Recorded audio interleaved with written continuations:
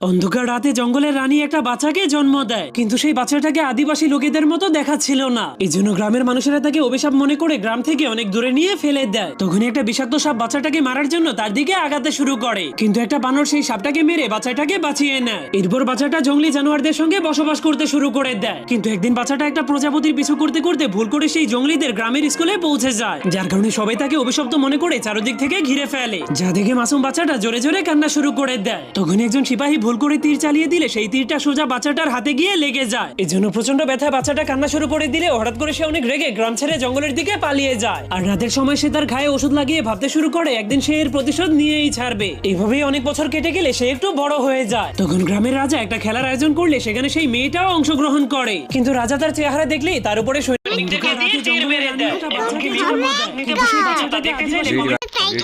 জঙ্গলের রানী একটা বাচ্চাকে জন্ম দেয়, কিন্তু সেই বাচ্চাটাকে আদিবাসী লোকেদের মতো